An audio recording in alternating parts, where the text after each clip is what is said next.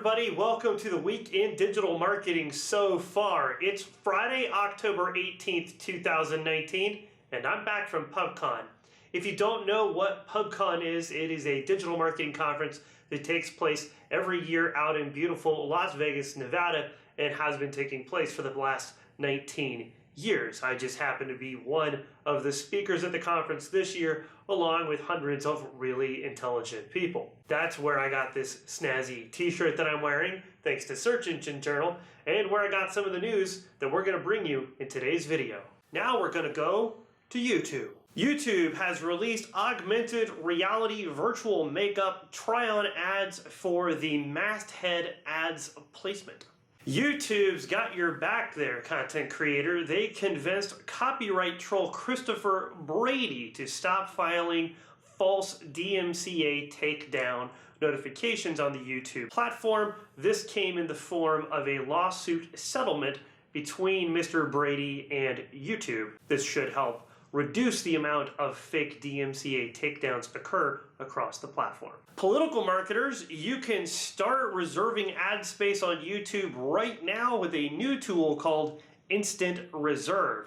This new tool is currently in testing with various different industries, but YouTube says they hope it'll be available to everyone soon. Over on Google, they announced that content accuracy, especially in so-called YMYL verticals, is a search ranking factor. Clarified that what SEOs tend to call EAT, or EAT, is actually multiple algorithms overlaid on top of each other, working to figure out the expertise, authoritativeness, or trustworthiness of a piece of content or an entity, and not one single score. They even went as far as to say there is no such thing as an EAT score or any one signal that represents what we refer to as EAT. They also began running a very unpopular test where they removed URLs from the search results pages, and instead of a URL, they place a brand name along with keywords that might identify that URL or that page instead of the actual URL itself. The new controls for search results snippets begin rolling out this week, and they will continue rolling out over the next several days. They should be fully live by October 24th. Google search earlier this week had another problem indexing fresh content, especially from news websites. That's reminiscent of the problems we saw Google having earlier this year, but it has been fixed by now. Google's Danny Sullivan, who was a publisher and a journalist for about 30 years before joining Google, has made a public statement on behalf of Google using the Google Search Liaison Twitter account, requesting journalists actually link to their sources when they write a story. This touched off a huge conversation that keeps coming up and has been coming up since Google became a search engine in the late 90s, and that is journalists who refuse to link in hopes of their articles actually ranking better in Google. This is now an official recommendation from Google that those journalists actually go ahead and refer to their sources by providing links to them. Google's John Mueller said that Google may be okay at some point in the near future with text content generated by artificial intelligence algorithms. Currently, this type of content is actually against Google's Webmaster guidelines, and if they detect it, they'll actually penalize or remove it from the search results. But Google says that at the pace of technology right now and how things are going and innovating, they may be okay with content that is written by artificial intelligence for humans that humans may find useful in the very near future. Google Ads launched new audiences, the affinity audiences and the seasonal event segment audience. Video ads can now be edited at the campaign level. Google Ads will now leverage machine learning when users block cookies, but they still get to see the ads to keep those users from seeing the same ads over and over and over again. Right now, Google Ads uses cookies to keep users from seeing the same ads, but if they don't want cookies or they've blocked third-party cookies like that one and still see the ad, Google doesn't want to show them the same ad over and over again. Search Console has added a video section to the performance report and a video enhancement report, which will show you errors with the structured markup on the videos on your website. This is also why several SEOs and webmasters got a flood of emails from Search Console a couple weeks ago warning them about errors with their video structured markup. One SEO, Andy Simpson, discovered that you can upload GIFs to your Google My Business profile using the mobile web version of Google My Business. There was an issue with Q&As on business profiles in Google My Business disappearing, but that issue is being looked at and should be getting fixed by Google.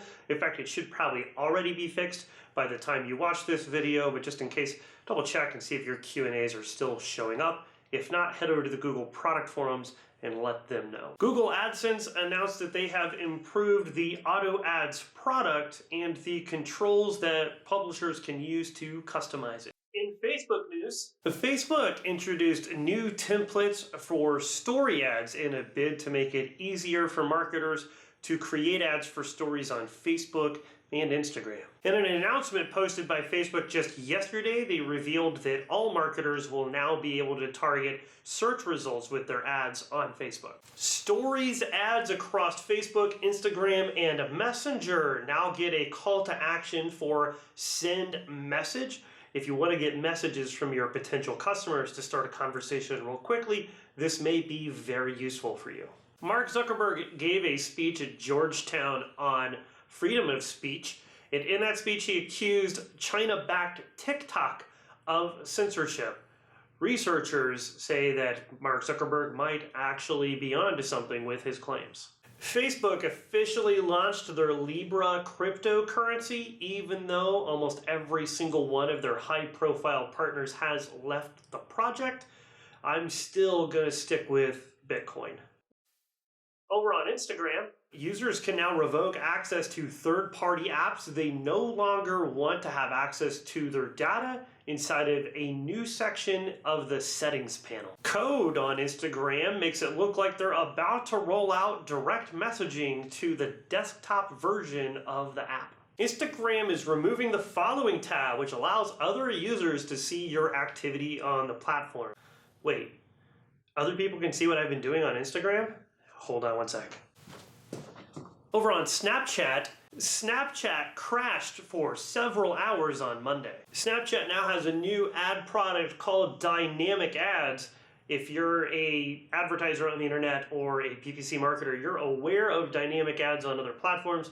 Snapchat dynamic ads are designed to be able to show ads of different products and services from a large catalog to users based on their habits and the things that they have interacted with on Snapchat. Reddit users on the iOS app can now share content more easily to their friends on Snapchat. Over on Bing, Bing announced at PubCon that Bing Bot would start using the latest version of the Chromium-based Microsoft Edge browser to crawl and render websites and JavaScript. They also announced that Bing Bot will be continuously updated, or what we call evergreen. Bing is testing showing the domain an image comes from inside of their image carousel results in the search results. In LinkedIn news, LinkedIn added a few new features, including employee notifications, kudos, and a progress indicator to show you how optimized your brand page is. Twitter is testing emoji reactions for direct messages. If you're a Facebook Messenger user, this looks kind of similar to the way you can react to messages inside of Facebook Messenger. Bonus round!